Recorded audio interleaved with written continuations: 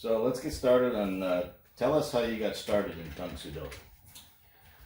Well, I got assigned to Ulsan, Korea in 1956. And one afternoon I was strolling outside the compound and I ran across a bunch of Korean rock shoulder training out in the field there, or a compound I should say. And it was interesting the way they move, how really regimental they execute their forms at that time, and how pretty vicious the way they perform, and they look good. So I waited for a while.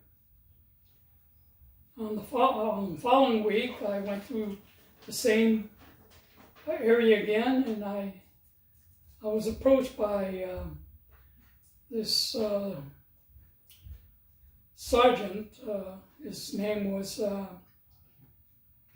Mr. Kim, and he says, "You like this training?"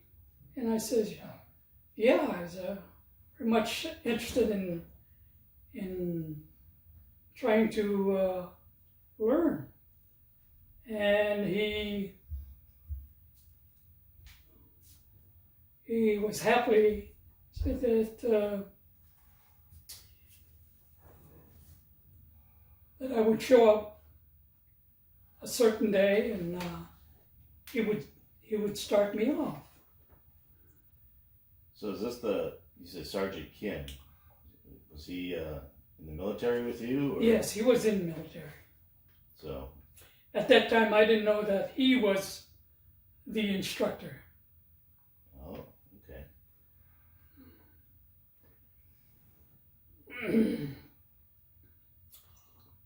He was pretty soft-spoken,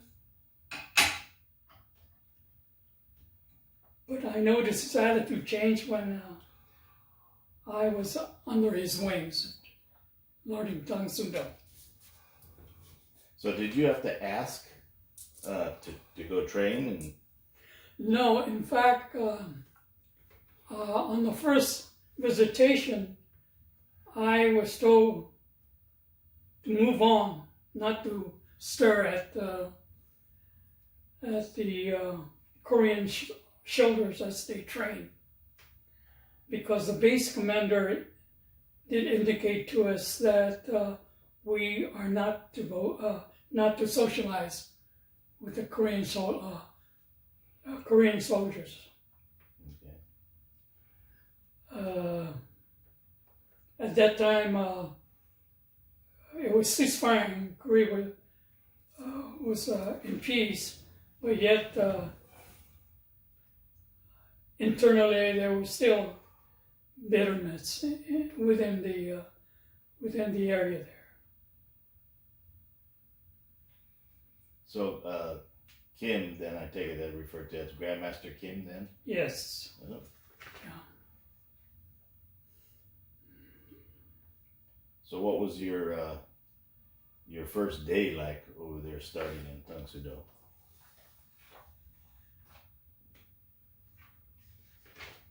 Well, I started with my GI fatigues, you know. But he says that I'll have a uniform for you. Well, when the next time I met with him, he handed me a white sheet.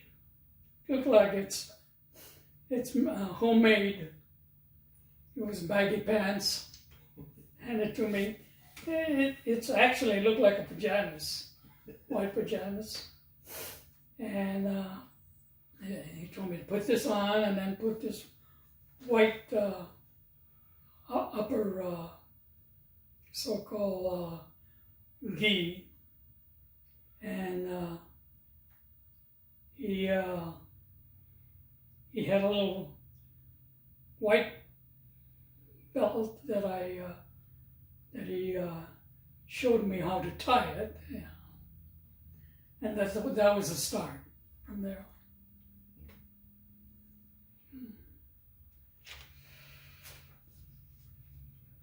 I felt like at the time I felt like a seed, where a farmer tend to start his plant a vegetable, and it went with knowing how you cultivate a seed, and it came with all the pain, but it was very, very enjoyable, because I was more eager and more interested in what else can he offer, you know. So Grandmaster Kim was, you said he was a sergeant? Was he in your command post, or? No, he was in the Korean. He was always in the Korean. Korean, yeah. Rock soldier. So then how did you guys get to know him? Was it just showing It was up? accidental. I was just walking, and he was walking the other way, and he stopped, and we started converse. Okay, so he was the one that saw you observing the soldiers training, Yeah. and okay. Who were your teachers, and how was your relationship with each of them? So I take it Grandmaster Kim was one of them. Yeah, Grandmaster Kim was the first, and then I got introduced to Grandmaster Oseju, but this is way, way, way before I became a red belt. So you remember any highlights in Korea? Korea was the highlights was when you train with Oseju. Say there was 25, 30 people in a circle. Each one would take turn to get up. Oseju wouldn't tell you, you go, you go. That stood themselves wholeheartedly. They want to get up there and spar with any of them, because what they're looking for is more experience. I wonder what he's got hidden there that he's going to share with me, you know, vice versa. But the beauty is the sharing. And then you could tell when a guy scored something, a guy kicked, the other guy would acknowledge, you know, good kick, but control. Good kick, but control. That was, and Oseju taught me that when that happens, no matter what technique the person's going to execute, if he knows he's got control, you know,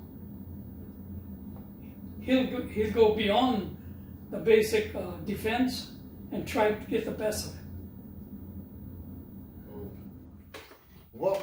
How did Grandmaster Kim and Oseju differ in their training of you? Okay, as far as the training,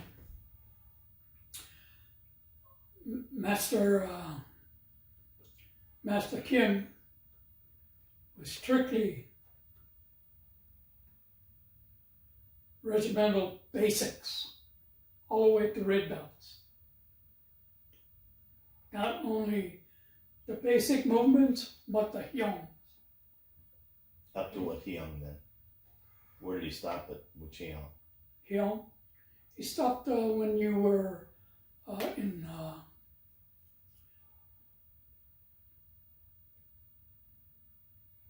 Masai 1, Masai 2. Okay. So the Pyongs, he did all the Pyongs then. Okay. O.C. June, he was more dynamic in movements. How you train. Basically, he wanted the train to be more fluid so that it'd be easier to learn basic sparring. And then from basic sparring to semi-sparring. So did Grandmaster Kim, did he do any sparring at all?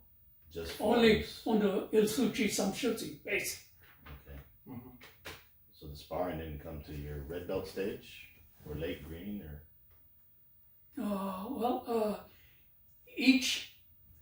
Each basic movement, he shared the basic technique.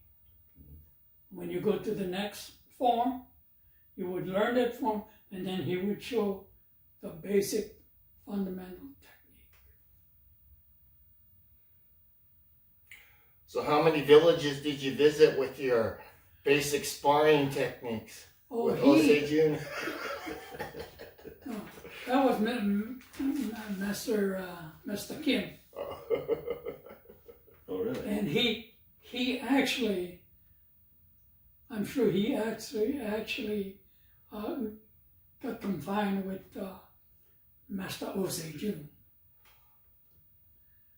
That I should be prepared to go and interact with 4 or 5 villages when they train. What was good was they were basically less than 5'7", 5'8". You know, Koreans were short. But they were mean. They were mean.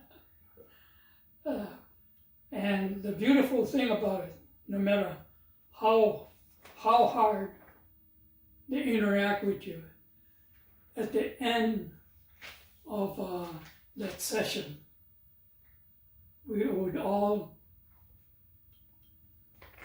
go to some great big vat.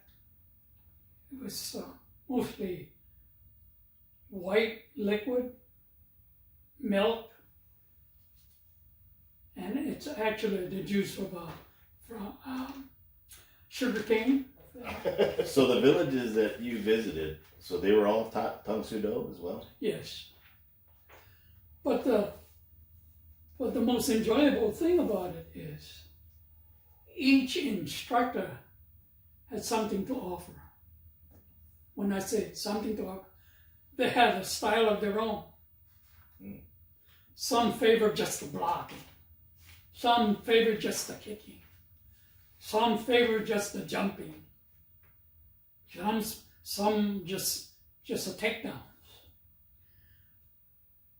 But what I learned was that no individual instructor could cover all what I tried.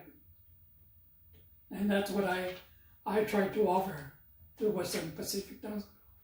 Not only you learn the basics, you learn the takedowns, you learn the sweeps, the jumping, make it, 360. Learn it 360. So did Grandmaster Osei-jun cover that in the advanced classes? Osei-jun. All he covered was sheer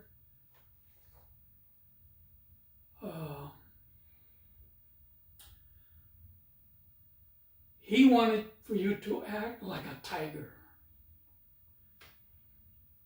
There's no room for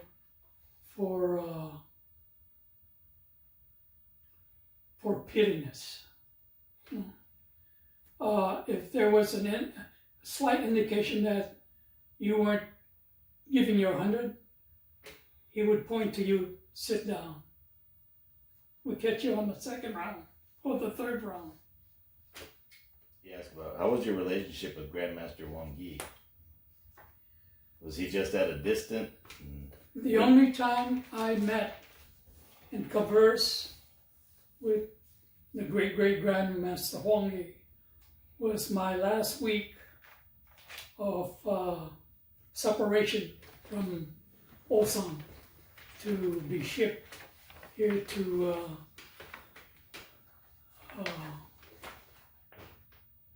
Fairfield Air Force Base. So they talked to you about starting schools in the U.S. or was that? That was one of our conversation, and I sincerely did indicated to him that I will try to spread Tang Soo Do in the U.S. And that was with Grandmaster Wang Yi? Yes.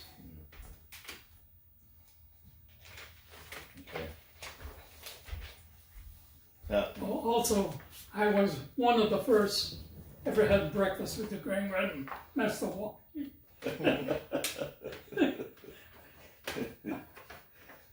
So how was that? Was it That was inspiration. Yeah. Or was it very cordial? Yeah.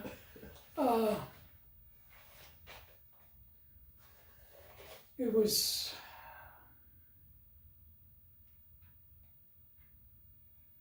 I tried to listen to what he was trying to tell me.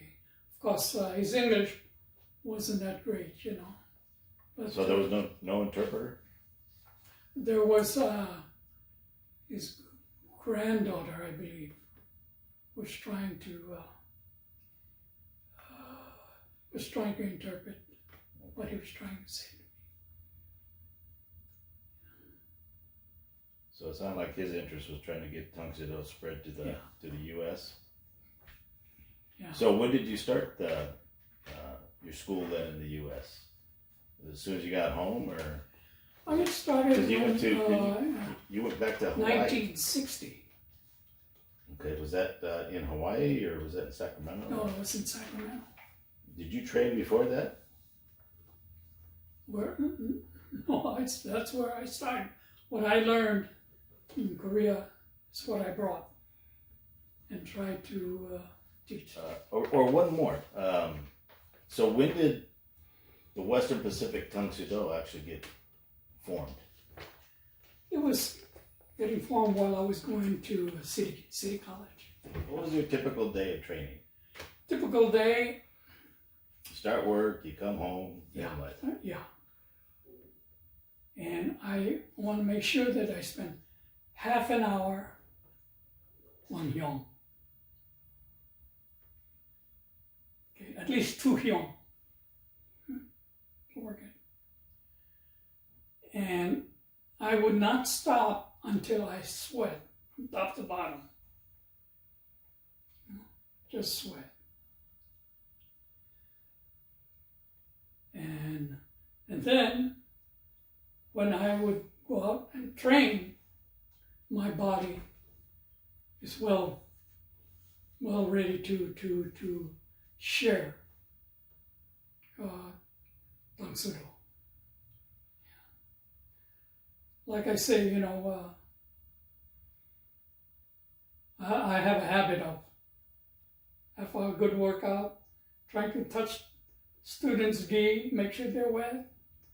If not, we have to get it wet. But it's and when you sweat, to me, it's complete. I should say a baptismal, a blessing, and